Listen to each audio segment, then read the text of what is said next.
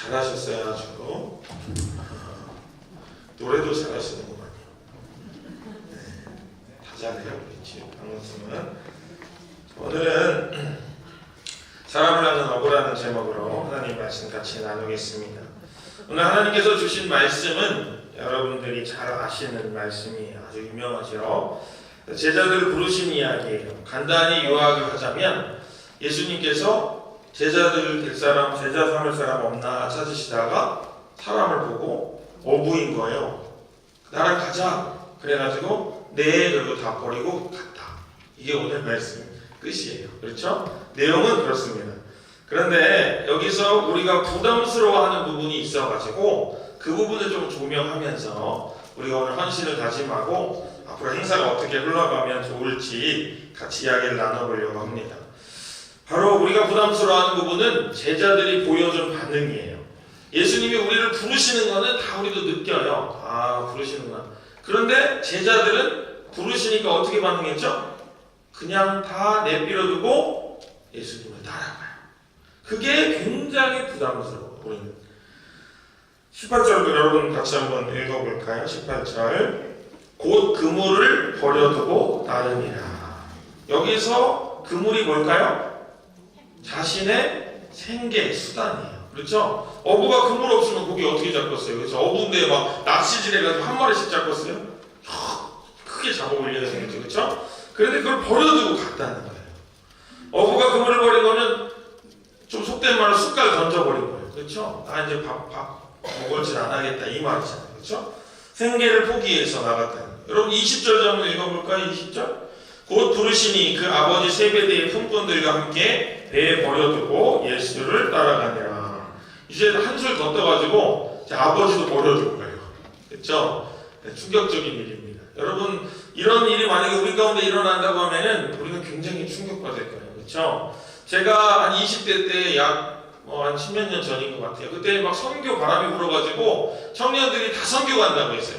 그러면서 다 집도 절도 버리고 그냥 어디 선교단체 들어서 훈련받다가 뭐 아프리카 가고 막 이랬거든요. 그때 느꼈던 부모님들의 감정이 어땠을까요? 그래 내가 널 위해 기도할게 이랬을까요? 아니면 머리채 끄덕였을까요? 그렇게 했겠죠. 당연히 후자겠죠. 그렇죠? 그런 심정이 있다는 거예요. 그렇기 때문에 우리는 이 제자들의 이 상황이 또 이 반응이 좀 이해도 안 되고 또 그냥 한편 어떤 부분에서는 좀 믿음인가 싶기도 한데 부담스럽고 이렇게 다가오게 된다 하는 것입니다. 어떻게 이들은 이렇게 다 버리고 다 내려놓고 주님께로 갈 수 있었을까요? 이들의 마음을 우리가 알기 위해서 우리가 좀 다른 말씀들을 좀 참고해 보려고 합니다. 먼저 사도 바울의 고백입니다. 빌립보서 3장 7절부터 9절에 나와 있습니다. 제가 읽겠습니다. 그러나 무엇에든지 내게 유익하던 것을 내가 그리스도를 위하여 다 해로 여길 뿐더러 또한 모든 것을 해로 여김은 내 주 그리스도 예수를 아는 지식이 가장 고상하기 때문이라. 내가 그를 위하여 모든 것을 잃어버리고 배설물로 여김은 그리스도를 얻고 그 안에서 발견되려 함이니 내가 가진 의는 율법에서 난 것이 아니요 오직 그리스도를 믿음으로 말미암은 것이니 곧 믿음으로 하나님께로부터 난 의라. 아멘. 사도 바울의 유명한 고백이죠. 자신이 가지고 있었던 지식 같은 것이 다 이제는 해로 여겨지고 더 심하게 배설물로 여겼다. 성경이니까 고상한 표현으로 배설물이라고 그랬지 그거잖아요. 그렇죠? 그거 아시죠? 그거로 여긴다. 이렇게 되는 거죠.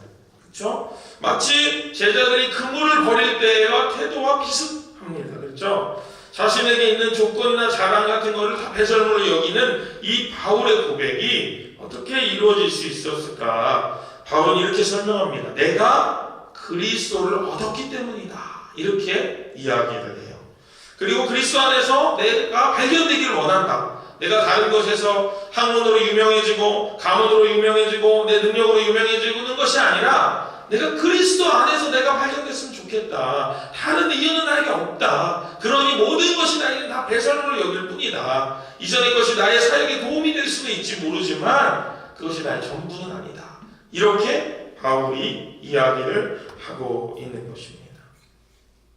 그런데 더 중요한 단서가 여기서 한 가지 나와요. 뭐냐면 사도 바울이 이것 하는 이유에 대해서 한 가지 더 이야기하고 있는데 그리스도를 얻었기 때문도 있지만 이것이 율법에서 난 것이 아니다라고 이야기를 하고 있어요.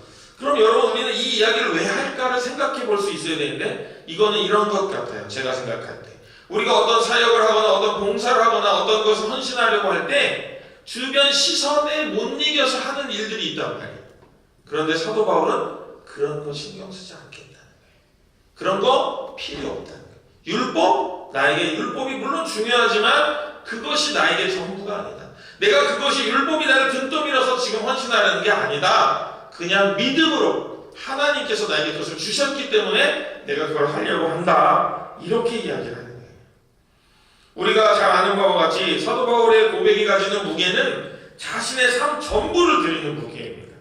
그 목적이 그리스도께 속해 있었기 때문에 향해 있었기 때문에 드릴 수 있는 고백인 거죠. 우리가 잘 아는 바와 같이 사도 바울도 자신의 삶에서 방향전환을 했어요. 마치 제자들이 어부로 살다가 오늘 말씀에 나온 것처럼 사람 낚는 어부가 되는 것처럼 바울도 방향전환을 했어요. 어떻게 방향전환을 했죠? 예수를 핍박하던 자에서 예수를 전하는 자로 방향전환을 했잖아요. 그렇죠? 그 장면을 잠깐 상기해보면 다메섹 도상에서 막 말 타고 이제 살인면허 얻어가지고 이제 그리스도인들 다 죽이려고 말 타고 가고 있는데 갑자기 해같이 밝은 빛이 눈앞에 떠올라요. 거기 있는 주변 사람들도 소리는 다 들었대요. 근데 광채는 못 봤다고 하죠. 그래서 뭐라고 소리가 들려와요? 사울아 사울아 내가 어찌하여 나를 박해하느냐 이렇게 소리가 들려오는 거예요. 깜짝 놀랐죠. 깜짝 놀랐어요. 바울은 자기가 지금 주님께 헌신하고 있는 줄로 알았거든요. 그게 주님을 위하는 일인 줄로 알았거든요. 이 그리스도교라고 하는 이 사람들, 그리스도인들이라고 하는 사람들이 물론 이후에 붙여진 이름입니다만 그리스도인들이라고 하는 이 사람들이 유대교를 배반하고 이단 종파인 줄 알았어요. 그래서 그걸 다 척결하면 주님 뜻인 줄 알았는데 주님이 나를 박해한다는 거예요. 그래서 충격을 받은 거죠. 그래서 눈이 멀어버렸어요. 그러면서 도대체 지금 말씀하신 당신은 누굽니까? 그러니까 뭐라고 예수님 말씀하셨어요? 나는 내가 박해하는 예수다. 충격을 받은 거죠. 그러나 이 충격에서 헤어나오고 삶이 정리되면서 삶의 방향이 바뀌고 그 전에서도 모든 열정과 에너지가 쏟아짐으로 인해서 기록되어서 가장 위대한 전도자로서 지금도 그 이름이 성경에 기록된 것을 우리는 기억할 수 있습니다.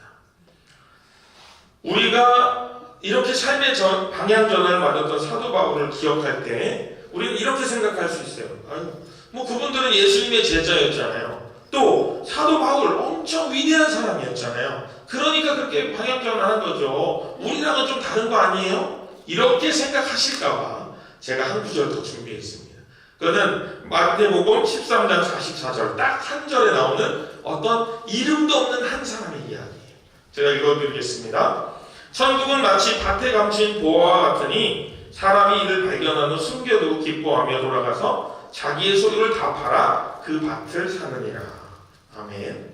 이 사람은 이름도 없어요, 여러분. 이름도 없고요. 밭도 없어요. 이 성경의 한 구절이지만 이 구절을 미루어 짐작해 볼 때 이 사람은 자기 밭이 없어서 남의 밭에서 부쳐먹는 소작농이었을 가능성이 높습니다. 자기 밭도 없어요. 그냥 자기가 가진 거라고는 조그만 방 하나에 그냥 아마 조그만 주방 그리고 자기가 입고 있는 옷이 전부였을지도 몰라요.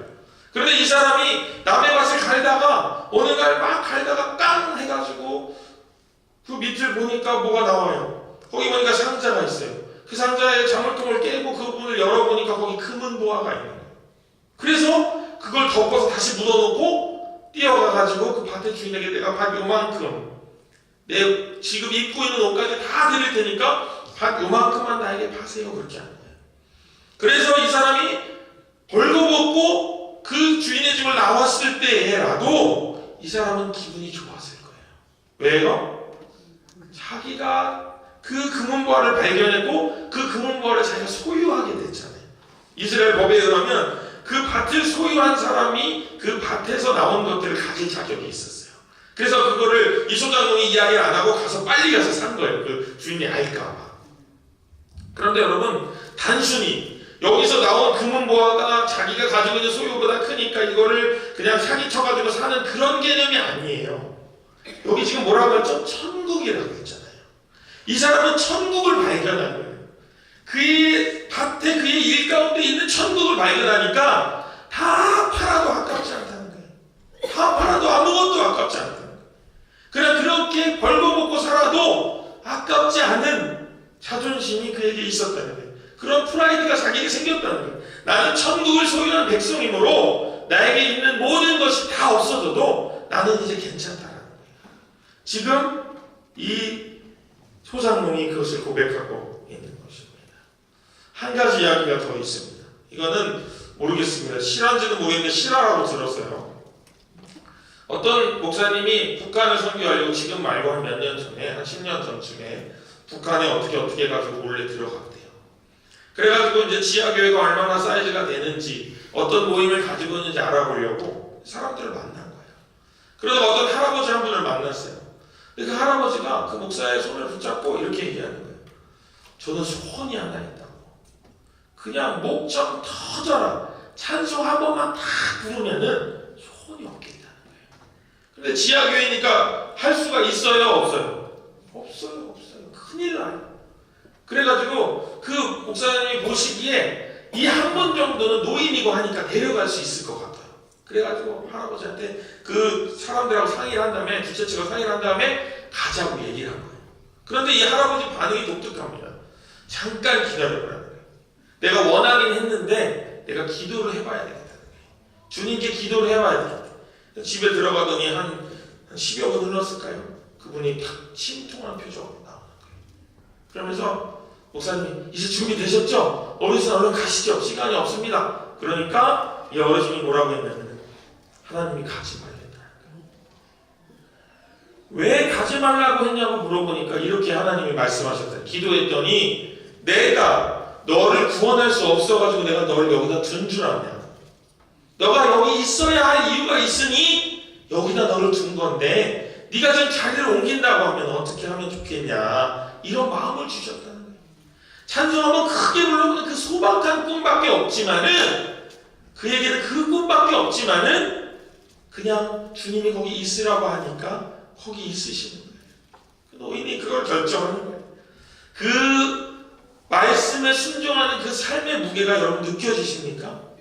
그 북한의 한 노인이 불과하지만 이름도 모르지만 그분이 그냥 말씀과 하나님이 주시는 영감에 의지하여서 자신의 필요와 그런 거 다 내려놓고 그냥 그 불편한 상황 속에 여전히 머물려가는 그 결단이 바로 오늘 제자들의 결단이었고 사도 바울의 결단이었고 천국을 소유한 그 어느 이름 없는 소장농의 결단이었다는 거예요.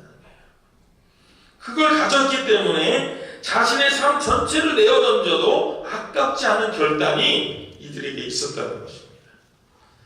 다시 제자들의 이야기로 돌아와서 제자들이 예수님을 만나고 크게 변한 점은 바로 자신의 삶의 방향이 더 높은 가치를 향했다는 거예요. 우리가 골로새서의 표현을 빌자면 위의 것을 쫓는 삶이 되어야 돼요. 땅의 것을 버리고 위의 것을 쫓는 삶으로 제자들이 나아갔다는 거예요. 그러면 그 가치를 발견하게 하시는 하나님이 어떤 방법을 우리에게 사용하셨을까를 우리가 좀 살펴볼 때에 오늘 헌신을 다짐하는 우리 치유방문팀과 우리 행사를 같이 걸어가고 있는 교우들에게 도움이 되리라 생각이 됩니다. 바로 뭐냐면 만나고 부르시고 수정해 줬다는 거예요. 자, 따라해 봅시다. 만나고 부르시고 수정하셨다. 자, 한 번만 더 해볼까요? 만나고 부르시고 수정하셨다. 이게 제일 중요한 거예요. 자, 여러분 다시 한번 볼게요. 오늘 말씀 전반부 16절에서부터 17절을 제가 한번 읽어보겠습니다. 갈릴리 해변으로 지나가시다가 시몬과 그 형제 안드레가 바다에 그물 던지는 것을 보시니 그들은 어부라. 예수께서 이르시되 나를 따라오너라. 내가 너희로 사람을 낳는 어부가 되게 하리라 하시니. 아멘. 이게 바로 오늘 말씀 전반부에 해당하는 18절까지 해당하는 말씀 중에 16절과 17절입니다. 예수님께서 대다될 사람들을 찾으러 돌아다니시다가 시몬과 안드레를 발견하셨어요. 그럼 이걸 바꿔 말하면 우리가 지금 얘기한 원칙으로 이야기하면 만나신 거예요. 그렇죠? 만나신 거예요. 시몬과 안드레를 만나신 거예요. 그러면서 부르십니다. 나랑 같이 가자. 나랑 같이 가자. 그러면서 수정해 주십니다. 뭘 수정할까요? 삶의 목표를 수정합니다. 뭐라고 부르셨죠? 내가 너희로 사람을 낳는 어부가 되게 하겠다, 이렇게 말씀하죠. 여러분, 이 사람 낳는 어부라는 말이 우리가 익숙하니까 그냥 자연스럽게 받아들이지만 어법에 맞는 말이에요, 안 맞는 말이에요? 어부가 사람 낳을까요, 물고기 낳을까요? 초등학생이 초등학교 어린이 시험에서 이렇게 쓰면은 선생님, 초등학교 선생님 땡! 틀렸다고 해요. 그러잖아요. 아니 얘가 제정신이 아니고 뭐 어부 어떻게 사람을 낳고 물고기를 낳까지 이렇게 쓰라고 나온다고요. 그렇죠? 그런데 이 말이 우리는 너무 많이 들어서 자연스러운데 이 말을 들은 시몬과 안드레는 충격을 받은 거예요. 내가 평생 동안 물고기만 낳고 살았는데 생각해보니까 그 물고기 낳는 일이 그냥 의미가 없는 거예요. 여러분, 우리도 맨날 뭔가를 하다 보면 답답할 때가 있잖아요. 맨날 농사 짓지만 농사가 답답할 때도 있잖아요. 그런데 그 목표를 수정을 해주시는 거예요. 이제 사람 낳더라고. 더 높은 차원으로 올라가라고. 그러니까 순간 머릿속이 복잡하던 것이 싹 정리되고 예수님 따라가야 되겠다, 이렇게 딱 된 거예요. 여러분, 여기서 어부였다고 하잖아요. 그렇죠? 여기서 16절에 보니까 어부더라 이렇게 나오죠? 근데 만약에 여기서 어부가 아니고 이때 당시 많은 사람들이 종사하던 또 다른 직업이 있었어요. 로마 시대에. 뭐냐면 텐트 메이커라고 해가지고 텐트 지어주는 사람. 만약에 이 사람들이 시몬과 안드레가 텐트 메이커였다면 주님이 이렇게 불렀을 것 같아요. 제가 한번 상상해봤어요. 내가 너희로 사람을 세우는 텐트 메이커가 되게 할 거다, 이렇게. 나랑 같이 가자. 텐트만 세웠는데 사람을 살린다고 하잖아요. 그죠? 두 번째, 또 다른 것도 한번 생각해봤어요. 여러분, 이거 하나에 별로 감흥이 없으실 것 같아가지고 하나 더 생각했어요. 뭐냐면 이 사람이 여자들 장신구 파는 사람이었다면, 시몬과 안드레가 여자들 뭐 화장품, 귀걸이 이런 거 파는 사람이었다면 주님 뭐라고 부르셨을까요? 제가 이렇게 적었어요. 내가 너희로 사람의 마음을 아름답게 바꿔주는 코디네이터가 되게 하겠다, 이렇게.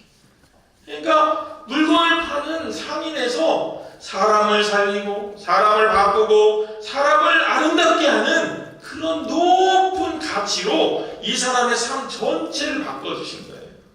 그러니까 두말 않고 따라가는, 두말 않고. 여러분 어떠세요? 제가 설명해 드리니까 따라갈 법하지요? 아마 시몬과 베드로, 안드레가 고민하고 있었어요. 근무실 언제까지 해야 되나? 비린내 나 죽겠네. 그냥. 이거 좀 안 하고 살면 어떨까? 이런 생각도 한편 하고 있었을 거예요. 주님은 그 마음을 아시니까 딱 부르신 거예요. 정확하게 그의 필요를 아시고 딱 부르신 거예요. 그러니까 그의 삶이 방향전환이 일어나는 거예요. 이전에 좋게 여기던 것이 다 쓸모가 없어지는 것처럼 순식간에 눈의 가치관이 확 바뀌면서 달라진다 하는 거예요. 여러분 생각해보세요. 사람 낳는 어부에게 그물이 소용이 있나요? 사람 그물로 낳는 거예요. 그물로 확 던져가지고 끌고 가버릴 거예요. 그거 아니잖아요. 그렇죠? 소용이 없는 거예요. 그리고 앞으로 주님을 믿는 자들을 가족 삼아서 살아갈 텐데, 물론 가족을 남겨두고 가는 것뿐이죠. 버리는 건 아닙니다. 그러나 그 가족이 지금은 소용이 없잖아요. 내 발목만 잡지. 그러니까 남겨두고, 일꾼들과 함께 남겨두고 예수를 따라가는 거예요. 내 인생에 중요하다고 여기는 것이 주님이 되지 않았다면 우리는 그 자리를 바꿔야 합니다. 우리가 그 자리를 바꿔야 돼요. 주님이 이 시간 오셔가지고 얘야 너 사람 낳는 어부 되게 하겠다. 그 음성을 내 상황과 형편에 맞게 바꿔서 여러분이 들으셔야 돼요. 얘야 너의 입술을 통해서 사람들이 변화되게 내가 만들게 하고 말씀하신 음성을 들을 수 있어야 된다 하는 것입니다. 여러분 이런 노래 있었는데 기억나시나요? 내 속엔 내가 너무도 많아서 당신의 쉴 자리를 뺏고. 무슨 노래일까요? 이게 가요로 엄청 유명해졌는데 사실은 복음성가예요. 여기서 당신이 누구냐면 주님이거든요. 내 속에 내가 너무 많아서, 내 속에 내 욕심이 너무 많아서, 내 속에 내 욕망이 너무 커가지고 주님이 쉴 곳이 없으시다는 거예요. 내 욕망이 가시가 되어서 뾰족해져가지고 내 주변 사람들을 찌르기도 하는, 그래서 작은 새들이 날아왔다가 다 찔려 날아가고 이런 가사가 있잖아요. 제자들의 마음이, 사도 바울의 마음이 이런 가시와 같은 마음이었는데 주님이 그것을 바꿔주시는 거예요. 필요한 마음으로, 주님이 쓰시기에 합당한 마음으로 바꿔주시는 것입니다. 우리에게 이런 변화와 고백이 필요합니다. 더불어 우리가 앞으로 초청하려고 작정하고 있는 사람들에게도 이런 순간이 필요합니다. 여러분, 우리가 지금 주님 보고 여기 지금 오셔가지고 누구 만나주세요 하신다고 해서 주님이 여기 오실까요? 안 오실까요? 주님이 오시면 큰일 나버려요. 우리 다 휴거돼 버리겠네요. 그러면 그 일을 누가 대신 감당해야 될까요? 우리가 감당해야 돼요. 나를 위하여 갈 자가 누구냐 물었을 때 누가 대답했어요? 이사야가 대답했죠. 주여, 제가 여기 있습니다.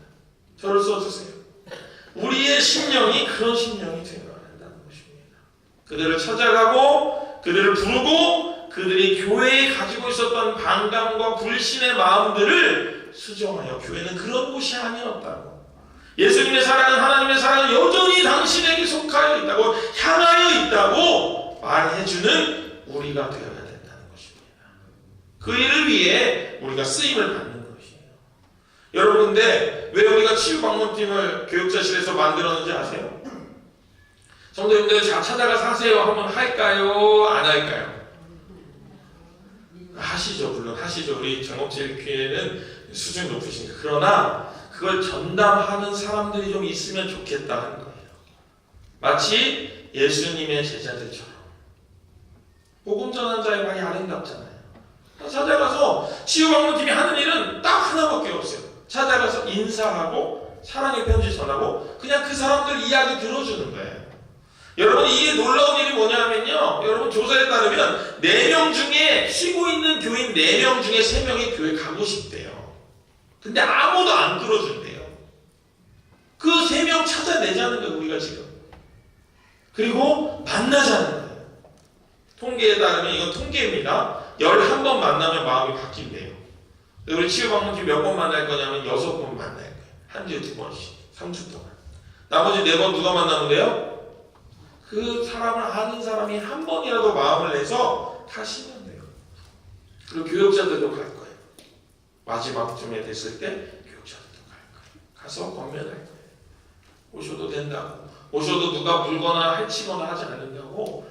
그런 사람 있으면 데리고 오라고 우리가 이렇게 이야기할 거예요. 그렇죠? 그런 권면과 부름과 마음을 고쳐주는 활동들이 우리 안에 있어야만 그들이 온다는 거예요. 그냥은 오지 않아요. 여러분 생각해보세요. 여러분이 교회 안 나간 지 한 1년 됐어요. 그런데 쉽게 내일부터 교회 가야지 하고 가실 수 있을까요? 없을까요? 1년 만에 가면은 김 집사가 만나면 나는 왜 1년 만에 만나면 뭐라고 하지? 이런 마음이 있단 말이에요. 그러니까 우리 치유방문팀은 가가지고 뭐라는 거냐면 교회 오실 이유를 만들어주는 거예요. 겁나 찾아가가지고 아유 이 사람들이 계속 찾아와가지고 나는 안 오려고 했는데 왔잖여 이렇게 해가지고 그냥 쓱 오면은 그냥 적응해버리면 끝나는 거예요. 어려운 게 아니에요. 그냥 빌미를 만들어주자는 거예요. 우리가 겁나 찾아가가지고 아이고 우리가 이렇게 찾아왔는데 안 올 거요? 빨리 와. 그냥 이렇게 뭔 얘기는 쩍 하고 따라오더라고. 그럼 자존심도 안 상하고 우리도 좋잖아요. 그죠? 우리는 이런 양 찾으면 되잖아요. 그게 주님이 우리에게 맡기신 일이잖아요. 그걸 감당하는 것입니다. 어려운 일이 아니에요. 여러분 성경의 삼겹줄이 튼튼하다고 하잖아요. 지금 치유방문팀이 한 줄 맡고요. 그 다음에 작정하신 분이 한 줄 맡고요. 또 교육자실에서 한 줄 맡아서 하는 거예요. 우리 치유방문팀을 찾아가기 전에 우리 교육자들이 물꼬를 틀려고 다 우편번호랑 주소 조사해가지고 다 편지 보냈어요. 그리고 또 치유방문팀이 편지 들고 가서 또 전달할 거예요. 아름다운 편지로 다 이해한다고 다 기다리고 있다고 이렇게. 그리고 한 번은 우리 구역원 전체가 한마디씩 쓰는 거예요. 그 편지에 저희가 이제 백지 나눠드릴 거거든요. 구역원들이 모이셔가지고 나 네가 왔으면 좋겠어 보고 싶다 얘 이렇게 써가지고 이름 써가지고 한 10명이 한 장에 써가지고 딱 보내면 돼요. 한 문장씩만 쓰면 되니까 얼마나 쉬워요. 그죠? 근데 받는 사람은 15명이 자기한테 문자 보내주는 것 같은 그런 기분. 기분이 좋잖아요. 마음이 달라지잖아요.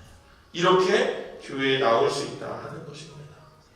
우리 아까 이장선 권사님도 기도했지만 마음에 상처 있는 사람도 있잖아요. 교회 때문에 마음 힘든 사람이 있잖아요. 그러나 우리가 한 가지 이야기할 것은 하나님은 그래도 여러분 사랑한다. 그 이야기는 우리가 할 수 있잖아요. 교회가 좀 상처를 줄 수도 있었죠. 사람의 집단이니까. 그러나 하나님은 변치 않으셨다고 우리가 이야기할 수 있다는 것입니다. 더불어 전 교인이 함께 그 이름 부르며 기도하잖아요. 그냥 얼마나 영적으로 벌써 우리가 무세한 위치에 있잖아요. 함께 나아가자는 것입니다. 사랑하는 여러분, 주님이 우리에게 맡겨주신 일은 어려워 보이지만 일단 해보면 그렇게 어려운 일은 아닙니다. 그 안에 있는 어려움이 있지만 그것은 기도할 때 다 무너져 내리고 우리에게 지혜가 샘솟게 될 것입니다. 우리가 말하기 시작하기만 하면 하나님이 우리의 입술에, 우리의 입안에 우리가 하여야 할 말도 넣어주실 줄 믿으시기를 주님의 이름으로 축복합니다. 그 사랑의 언어로 그들의 상했던, 얼어버렸던 마음들이 다 볶는 녹든 녹아지고 이 추수의 계절에 아름다운 영적인 열매로 이 땅 가득 일어나게 되기를 다시 한번 주님의 이름으로 축복합니다. 기도하겠습니다. 은혜로우신 아버지 하나님, 우리에게 지혜를 주시고 성령을 허락하여 주시니 하나님 감사를 드립니다. 저희들 더욱더 열심을 내서 그동안 믿음을 잃어버렸던 사람들에게 나아가게 하시고 그들의 마음을 돌려놓을 수 있는 지혜와 용기를 허락하여 주옵소서. 그들도 주님의 자녀인데 이 시간 어떤 일 때문에, 어떤 감정 때문에 그것을 잊고 있음을 저희들 생각하며 그들이 다시 돌아올 수 있도록 우리의 문을 활짝 여는 저희들 될 수 있도록 인도하여 주옵소서. 우리의 작은 헌신을 통하여 하나님이 큰 일을 이루어 가실 줄을 믿고 예수님의 이름으로 간절히 기도합니다. 아멘.